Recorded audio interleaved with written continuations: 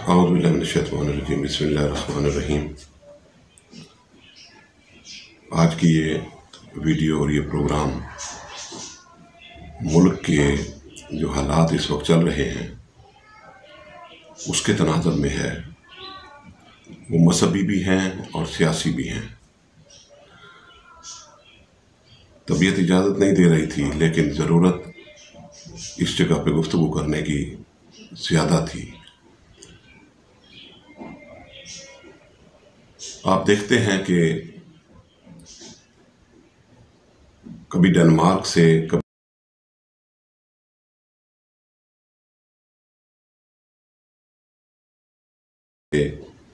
کبھی فرانس سے اور کبھی کسی اور ملک سے آقا علیہ الصلوۃ والسلام کی شان اقدس میں گستاخی کی جاتی ہے، اور یہ ہر 6 مہینے کے بعد، سال کے بعد، 2 سال کے بعد یہ اس قسم کا یہ عمل دہرایا جاتا ہے۔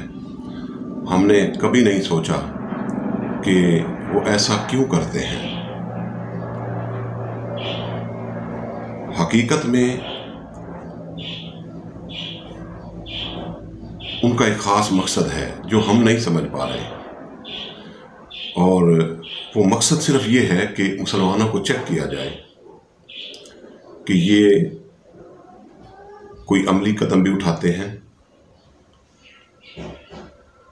یا صرف اپنی املاک جلانے تک، اپنی ٹریفک کو بند کرنے تک اور پیپسی اور ٹیلی نار کا بائیکاٹ کرنے تک رہتے ہیں۔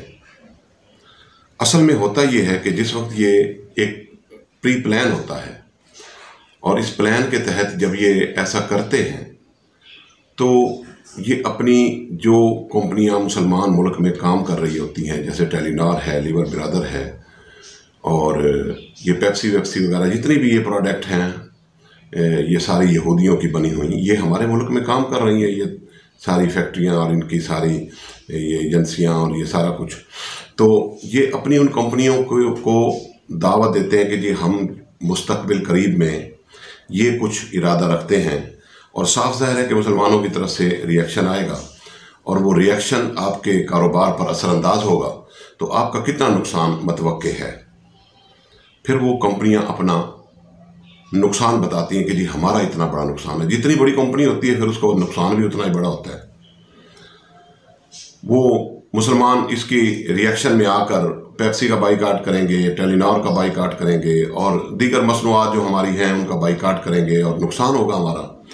تو ان کی گورنمنٹ ان کو پہلے سے ہی پیسہ دیتی ہے، اور وہ کہتے ہیں کہ جی یہ پیسہ لیں، یہ آپ کا نقصان کمپنسیٹ کر لیں اس کو، اور یہ آپ کا نقصان ہم نے پورا کر دیا۔ تو وہ کمپنیاں بھی پوچھتی ہیں کہ آپ ایسا کیوں کر رہے ہیں؟